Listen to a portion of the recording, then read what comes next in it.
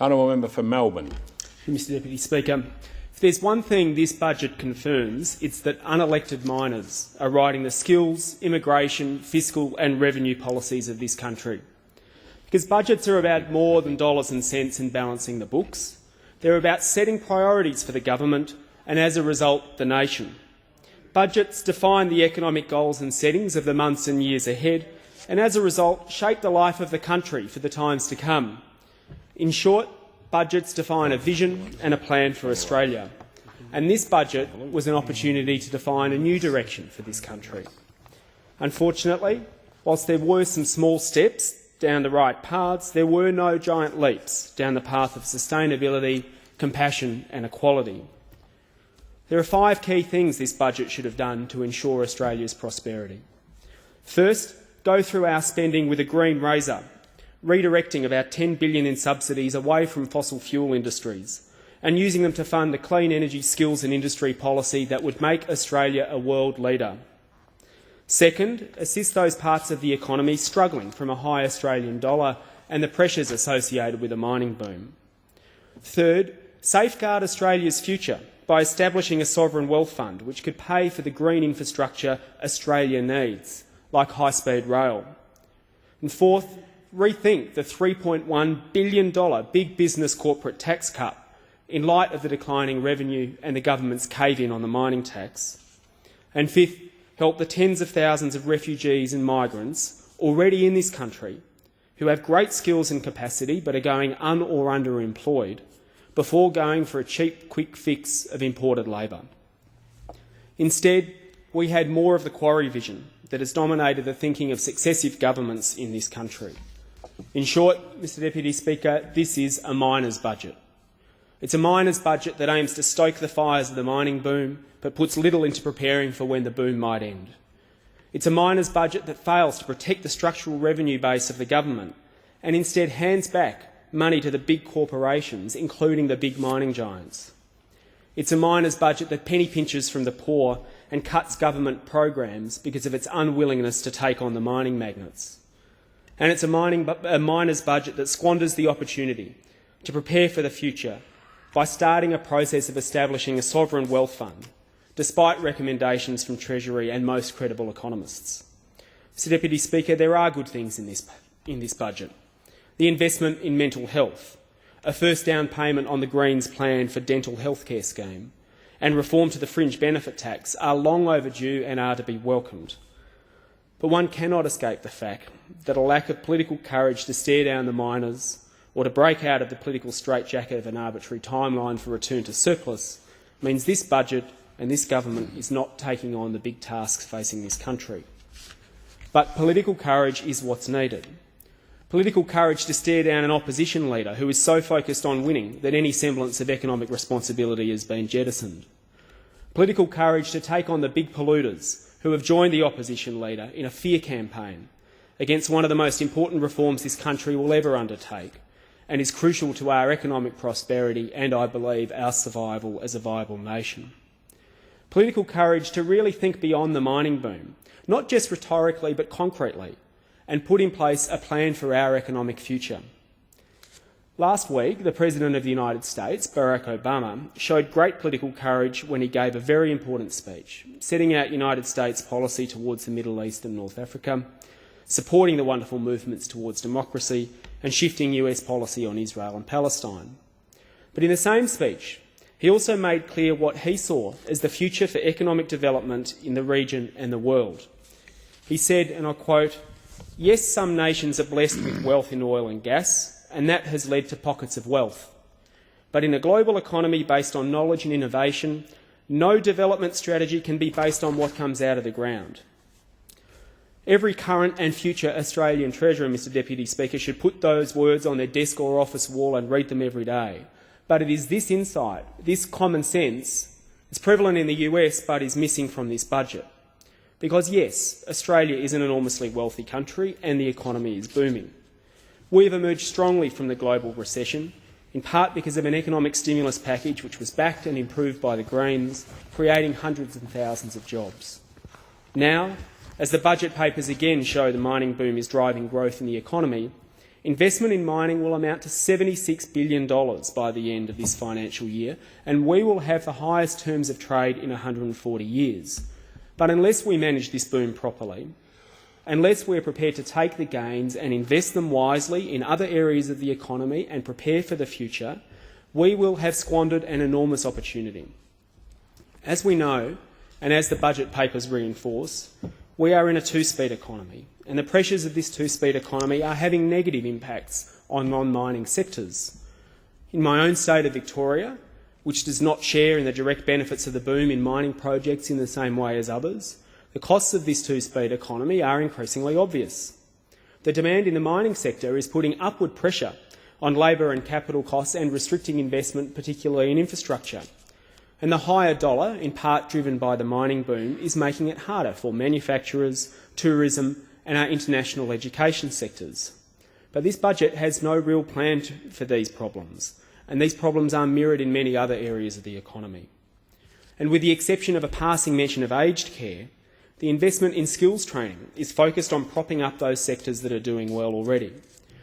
The investment in skills is welcome, but it's distorted by the needs of the big miners, with its stated purpose being to support the resources sector.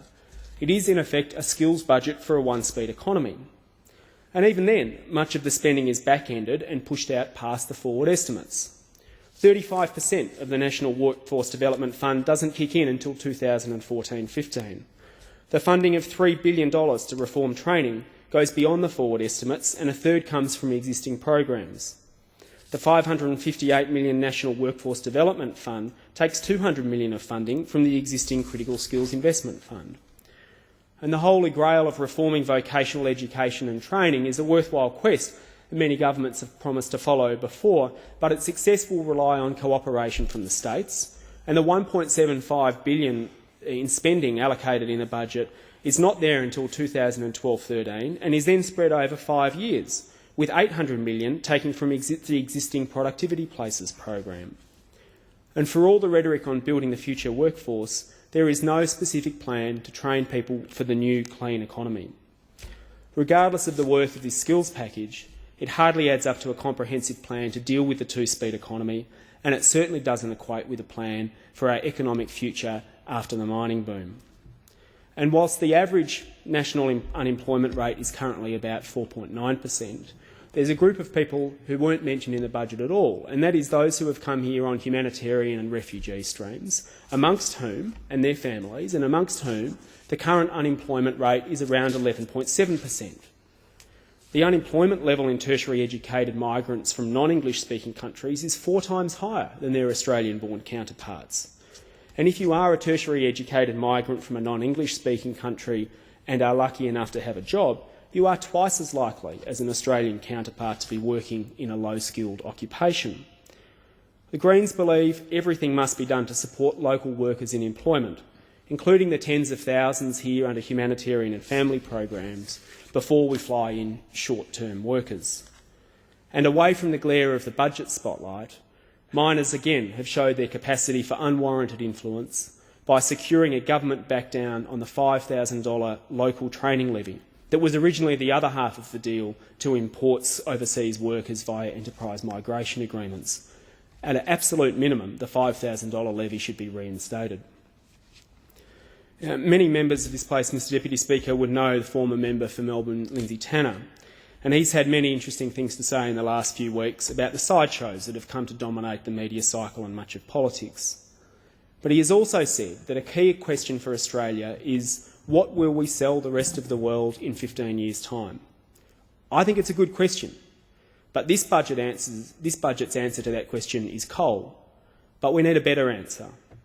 We need a real industry policy to ensure the long-term sustainability and growth of the manufacturing sector in this country. We need a plan for the tourism and services sector of the economy.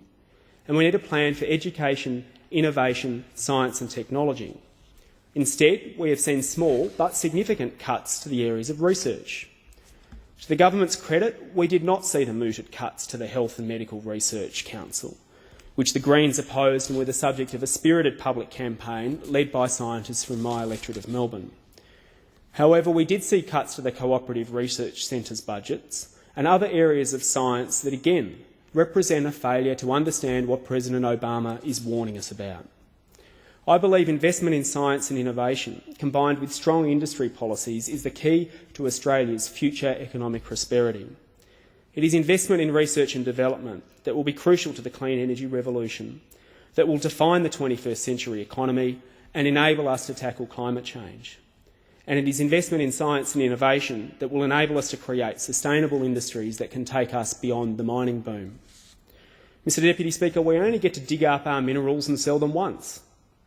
We need to follow the lead of other countries that have had large resource wealth and put in place a sovereign wealth fund, a fund that can enable us to take the gains of the mining boom and fund the infrastructure and industry policies that will be needed over the coming century and help us make a transition to an economy that is beyond that of the quarry vision. This budget could have made us hard on that task by establishing a sovereign wealth fund. There are about 37 countries which have such funds. There is currently $5 trillion in sovereign wealth funds, $5 trillion in sovereign wealth funds around the world, and this will double to $10 trillion by 2015. But under the Coalition and now under Labor, the mining boom has been squandered. There are many investments a sovereign wealth fund could make. For example, it could underpin investments in an important future infrastructure such as high-speed rail, rapidly carrying Australians in clean, fast and efficient cheap transport from Sydney via Canberra to Melbourne in 3 to 4 hours. The Greens would fund that through a proper resource take from the mining giants. On the 2nd of May last year, Prime Minister Rudd and Treasurer Swan announced that they would introduce a mining super profits tax based on the Henry Tax Review. The mining industry campaigned against the tax, spending $22 million on an advertising campaign, and as a result they got $100 billion stripped out of the people's revenue over the next decade. And of course the Leader of the Opposition's plan is worse. He opposes a mining tax altogether, which would strip $140 billion over the next decade compared with the Henry recommendations. So the mining corporations, who employ just 2% of Australians, would, under the opposition leader's plan, deprive the other 98% of $140 billion over the coming decade. We now know that the mining tax should have been framed to collect little in the early years but crank up in the second half of the decade. But unfortunately, the mining tax agreed to by the Treasurer and set out in this budget looks as if it will behave like the fuel excise, falling as a share of GDP when the budget, in fact, needs it to grow. At the same time, this budget continues with the government's plan for a cut to the corporate tax rate, letting the big corporations keep another $3.1 billion in their pockets at the expense of the taxpayer. The Greens support a tax cut for small business. Small business provides 47% of the total employment, or around 5 million jobs in this country. Compare that with the mining industry's 206,000 jobs. And we would also take to the budget with a green razor.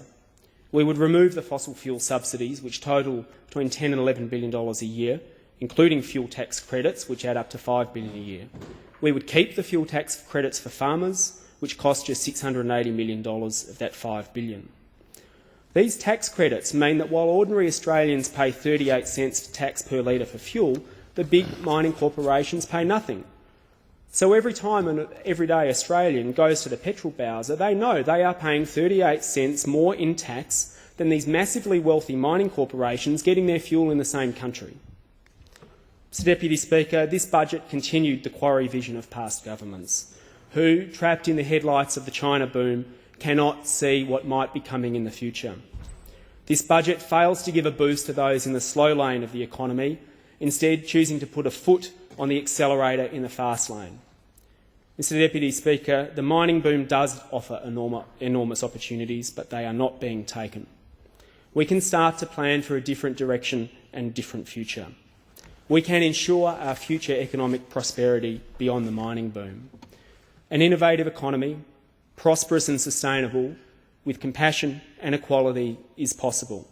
We just need the political courage to get there.